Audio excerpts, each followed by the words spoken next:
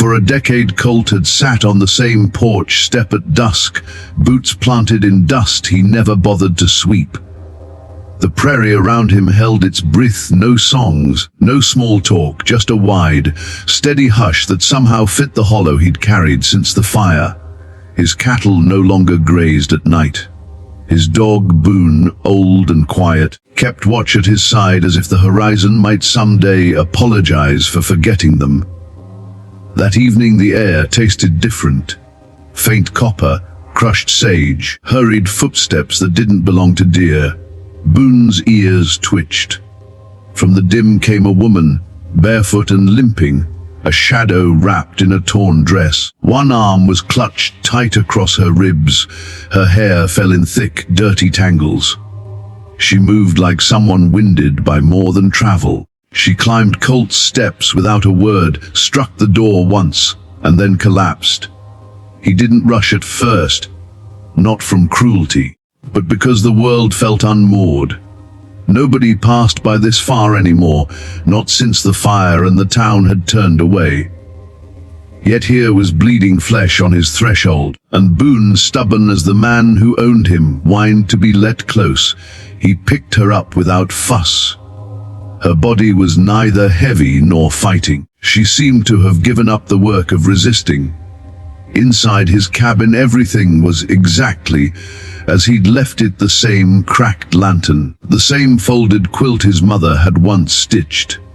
He eased her onto the couch and fetched water for another human for the first time in 10 years. She woke with a ragged murmur.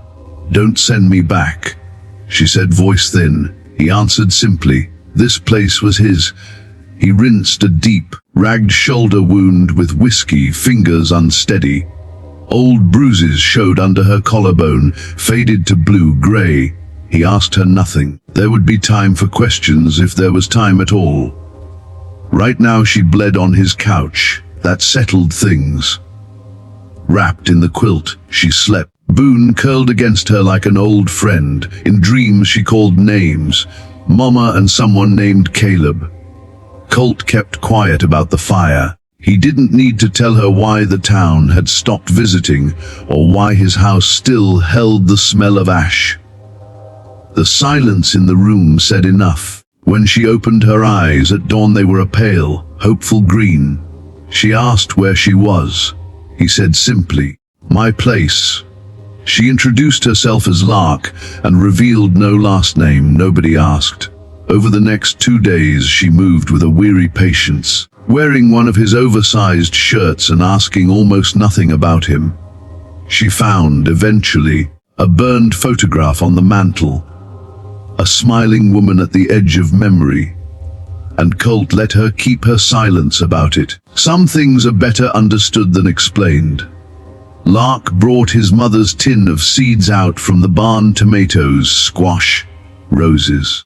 Dirt stained her hands when she showed them to him and asked if the place had ever had a garden. Colt remembered how the frost had taken his mother's planting once and nodded. "Then we'll try again," he said, and the next afternoon he handed her a pair of work gloves. It felt like the small surrender of a man learning how to care. Peace rarely lasts long on open land. On the 5th day 3 riders arrived, dust-coated men, one with a deep scar running down his jaw. They didn't knock. Lark, nearly finished scrubbing a pan on the porch, dropped at their approach. Colt rose slowly, rifle in hand. The leader sneered. "Thought you could run for long." He called to Lark as if she were a thing to be traded. He claimed paper signed by the sheriff, proof that she had changed hands. Lark's jaw trembled, but her eyes stayed once steadfast. Colt didn't lower his rifle. "Leave," he said. The men laughed and told him to put it down. "She was bought," the scarred one said. "Paid for fair and square. She ain't going anywhere," Colt replied. Boone growled low and steady. Something in Colt's posture, not a promise of blood, but the raw presence of a man who'd been broken and hardened by loss, gave the men pause. Lark stepped forward and whispered, "Don't." I won't have more blood. Colt held his ground. He gave them 10 seconds. It was the kind of slow, measured warning born of fences drawn and old grief. They left, not hurriedly but with enough speed to keep their pride.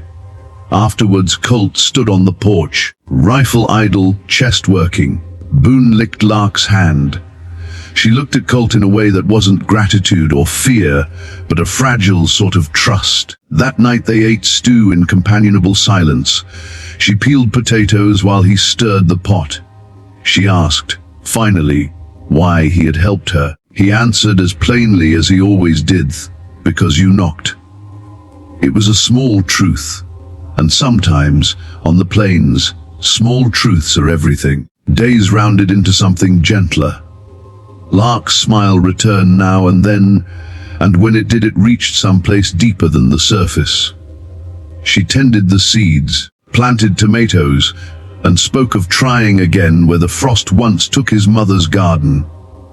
The house, which had felt haunted for 10 years, softened in their care. Where sorrow had been anchored, something like waiting began to grow instead. For plants, for meals shared, and for mornings when the wind might finally bring good news instead of reminders. They did not pretend the world outside had changed. Their patch of land did not erase it. But in that small, repaired place, warmed by a rekindled stove and the slow work of rebuilding, Colt and Lark found a fragile kind of company. For the first time in a long while, the night did not feel like an accusation. It felt like a clean slate, or at least a place willing to be tried.